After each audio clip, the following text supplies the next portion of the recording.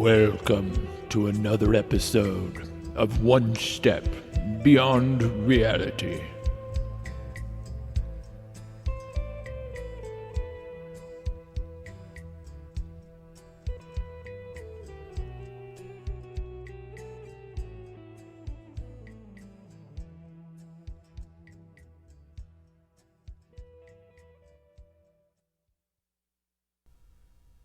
Well, good evening, listeners. The following strange stories were derived from the entries of a very old leather-bound diary embossed with the name Little Timmy. Not much is known of the origins of this diary, nor the true identity of Little Timmy. Some say he was a lost soul, others say he might have been possessed by unnatural forces, while a rare few have speculated that he wasn't even from our planet. The listener might want to keep these notions in mind as I read through a few of these short yet bizarre records of events from the obscure diary of Little Timmy.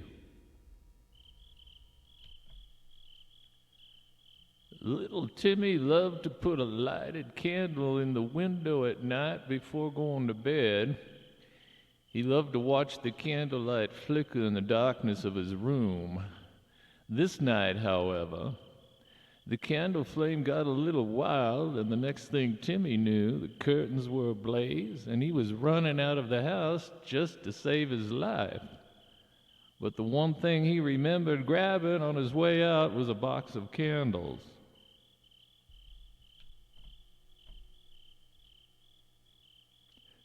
One day, Timmy finally knew he had done it.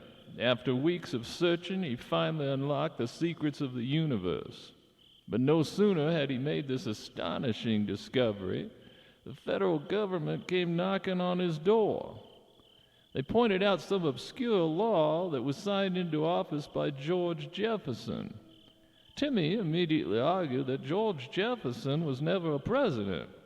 He was just some silly character in a TV sitcom series. But hearing Timmy's response, the government officials panicked and arrested him. When he was finally released, Timmy was never the same again. He even forgot that he was still living on planet Earth. Well, needless to say, little Timmy loves to go camping. So one day he decides to take a trip to the Grand Canyon. He spent several days at base camp near the bottom, but when it came time for Timmy to go back up and leave the area, the park rangers refused to let him leave until he agreed to turn over the gold he found. Timmy was furious, but eventually gave in and promised to apologize to the Native American gift shop where he took the gold from. Apparently, Timmy was an amateur cave dweller, so to speak. Anyway, he loved going into caves. One day, after exploring a particular cave for hours and making all kinds of amazing discoveries, Timmy was anxious to get home and tell his family all the amazing things he discovered. But when he started telling them about the cave and all the amazing stuff he found, they all just stared at him like he was crazy. So a bit perturbed, he realized he had proof.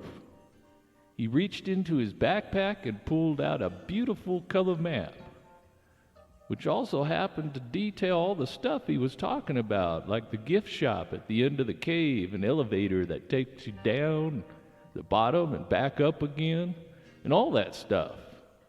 With a smirk on his face, Timmy thinks to himself, "See if they doubt me next time."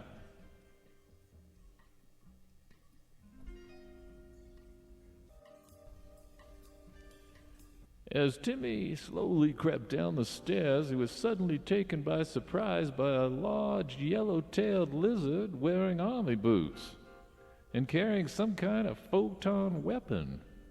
Right there and then, Timmy knew he was out of his league and immediately turned back around and ran into his room. Unfortunately, his room was now filled entirely with Elmer's glue, and most of his fancy shoe collection was clearly destroyed. As he stood in the middle of his room, knee-deep in gunk, he became convinced that this was the diabolical work of his arch-enemy, his much younger kid brother Kevin. But that would have to wait. The glue was starting to harden.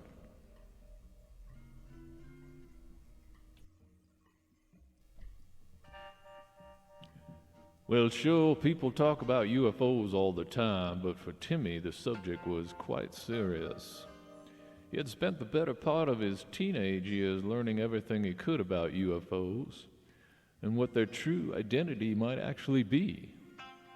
But first, to understand Timmy's obsession with flying saucers, you have to go way back to when he was just 5 years old and that one terrible stormy night late in the fall.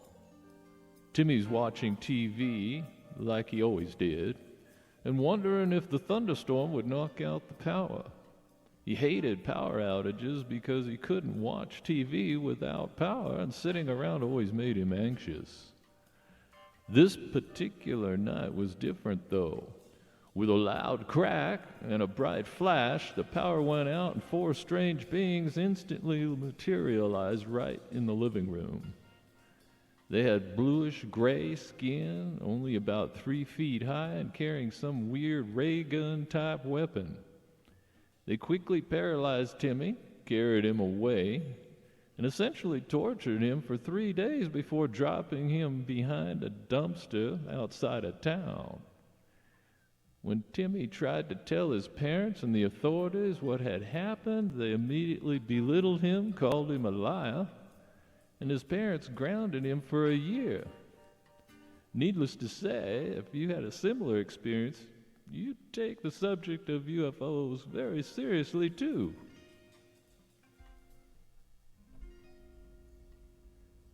So, are these merely the rantings of a disturbed mind?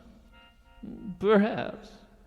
Or maybe, just maybe, you've been listening to the true stories of someone trapped in a world one step beyond reality. I'll let the listener decide.